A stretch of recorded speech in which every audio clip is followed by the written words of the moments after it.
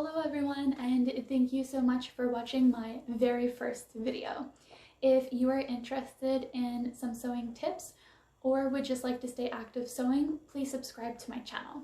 What I plan to do is once a week post a video of some sewing tips or lessons, and at the very end of the month have a sew along project for us to do together. I want to have my tips and my lessons correspond to the end of the month project so we can be extra prepared and ready to sew along. On the first of every month, I would also like to do a pattern reveal video for the end of the month project, just so then you can gather up all of the materials that you need to prepare yourself for the sew along. I also have an Instagram account where you can get to know me and my sewing background a little bit better. As well, if you would like to be involved in picking the end of the month project for February, please check that out and give me a follow. In future videos, I hope to try to stay as local and as Canadian made as possible.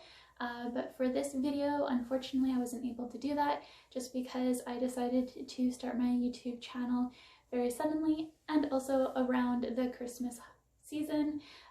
So it was a little bit harder to get all of the materials in time for that.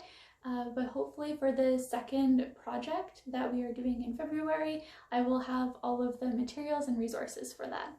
I also know that it is going to be a little bit harder to try to get the materials that you need for the sew along project, but to help you guys out, I will leave in the description box some websites that you can do all of your online shopping for this project. And now let's get into the fun stuff and go take a look at what project we are going to be doing this month.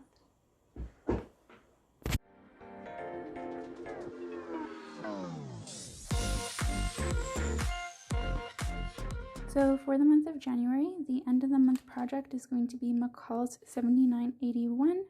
It is a button-down skirt, and I'm going to be showing you how to sew style C. Style D is going to be fairly similar.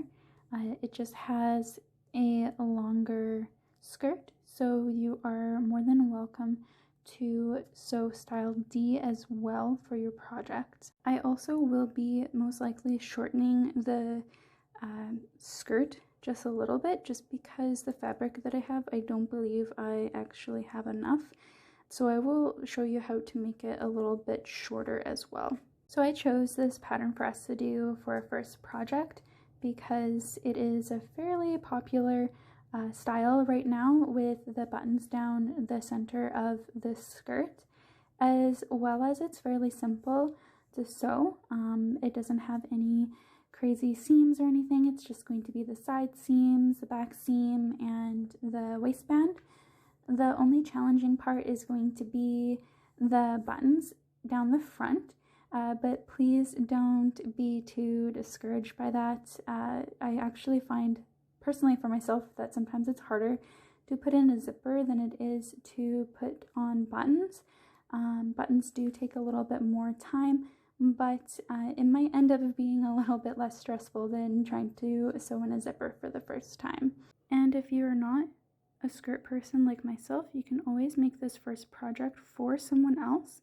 Just keep in mind that you are going to have to get their measurements from them before you purchase the pattern. I got this pattern from Fabricland. Right now, if you are in Winnipeg, they are only doing curbside.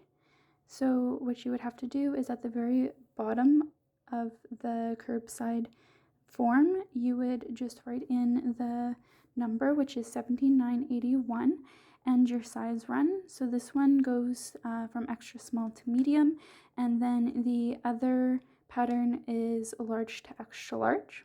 You could also purchase this pattern from the McCall's website, which I will leave a link to in the description box. It comes in the paper form or the PDF version. So if you would prefer the paper form, it will be mailed and delivered to you. Or you can always pick the PDF version, where you can just print it out on your printer and put it together, and you will have it right away. I would also like to do a video this month on how to properly read your patterns, and to how to measure yourself out to find out which size you would actually be, just mostly because pattern sizes are a lot different than sizes in the store.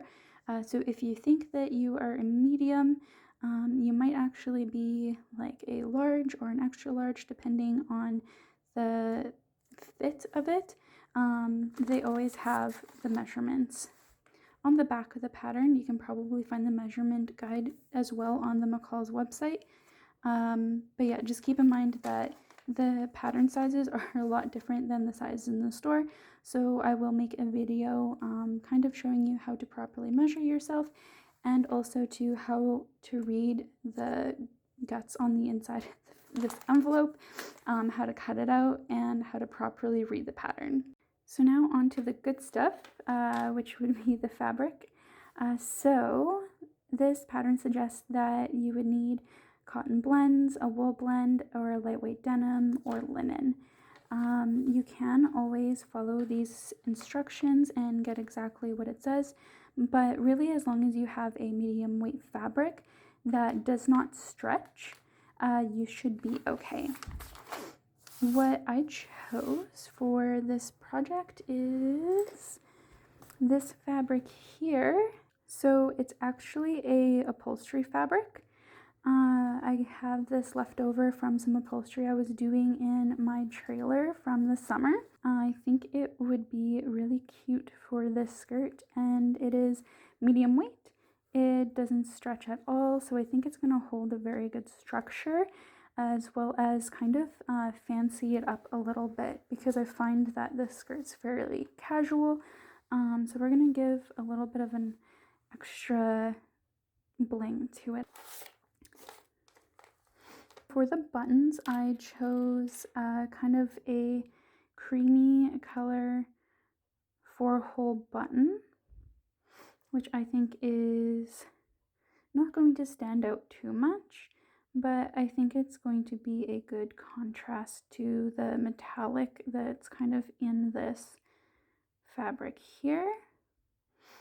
Going with a very plain button will make it a little bit toned down, so then you can always wear this on a regular day, even though the fabric is a little bit more fancy. I got this fabric from Fabricland as well. Unfortunately, it's a little bit hard to try to purchase from Fabricland right now because they are only doing the curbside pickup, and they don't really have a whole lot of pictures that you can see for all of their fashion fabrics.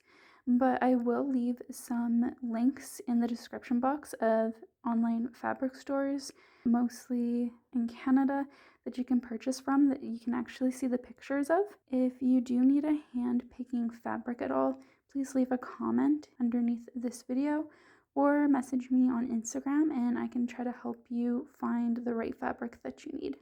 But really, like I said before, as long as you have a medium weight fabric, kind of like this, even if it is a little bit thinner than this, because this is upholstery fabric, so it is quite on the thicker side, that should be okay, as well as it doesn't stretch. If it does stretch, you're going to have a really hard time trying to get the fit right, as well as sewing it is going to be a little bit of a pain, especially for this kind of pattern. So make sure it doesn't stretch at all.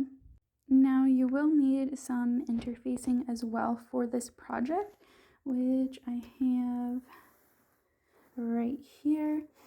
So it really all depends on your fabric type of what kind of interfacing you need. So interfacing basically just brings structure to your pattern. So this is going to be used for the center of the skirt and going to be for the waistband, so then it's not so flimsy. I personally have a lightweight interfacing just because my material is a little bit on the heavier side, so I don't need much more durability. If you do end up going with a little bit of a lighter weight fabric, you will most likely need a medium weight interfacing. I personally like the non-woven interfacing more than the woven interfacing, especially for very casual projects, as well as you want the fusible interfacing. So it's going to have glue on one side and it's going to be flat on the other side, so then we can iron it to the fabric. I will explain all of that a lot later when we get to the actual sewing of the project at the end of the month. So yeah, I really hope that you all kind of see the same vision as I do with this skirt. So definitely, if you're planning on doing the sew along with me at the very end of the month, take a look at the description box below to find out all of the websites of where you can find material to prep yourself to get ready for the end of the month sewing project. Also cannot wait to see the types of fabrics and the types of skirts that everyone will create. So yeah, I will see you all in a few days with a lesson on how to properly read your pattern and how to measure yourself out properly to get the measurements that you need for the sizing of this pattern. So I will see you soon. Bye!